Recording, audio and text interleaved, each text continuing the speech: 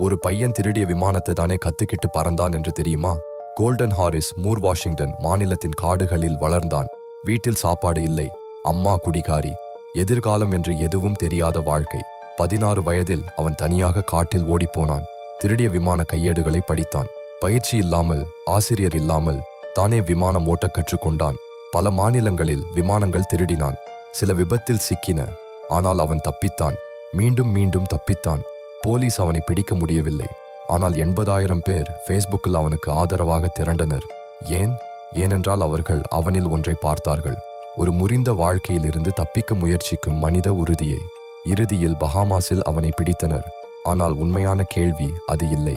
இந்த அறிவு, இந்த தைரியம், இந்த திறமை வேறு ஒரு வாழ்க்கையில் இருந்திருந்தால் என்னவாகி இருக்கும்? அதற்கு யாரும் பதில் சொல்லவில்லை.